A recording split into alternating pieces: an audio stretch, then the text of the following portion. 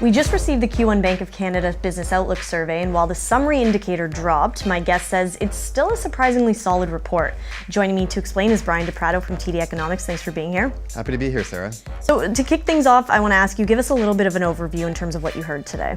You touched it off a little bit in terms of, we saw that summary measure down a hair, but still actually above the level we saw in 2017, which was obviously a very strong year. And that's really a theme that goes through the whole report.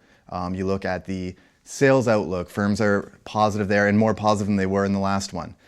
Investment intentions, same story. Hiring, same story. So, very surprising in terms of the strength, particularly given, this is a question that asks relative to last year, relative to 2017.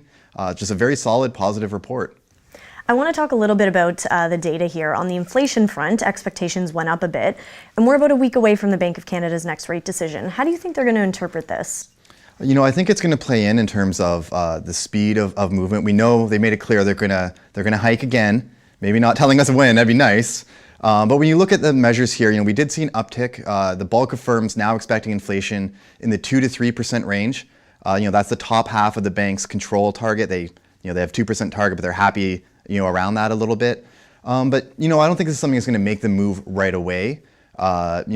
Inflation already is above 2. It's not surprising to see firms now expecting that to continue.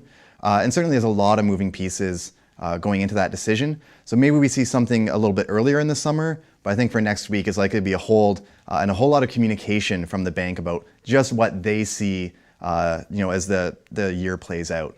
One thing a lot of people have questions about in terms of the Bank of Canada's trade, and I know that story is developing almost daily, but how do you think they're going to assess that situation for us?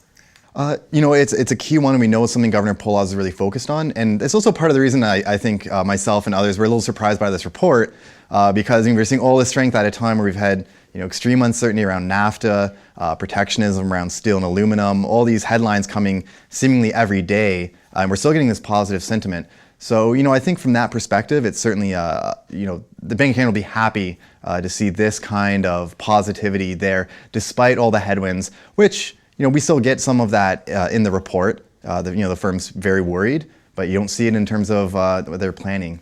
And to close things off, I want to ask you about something called the Senior Loan Officer Survey. It's the first time household credit was included. What's your take on that?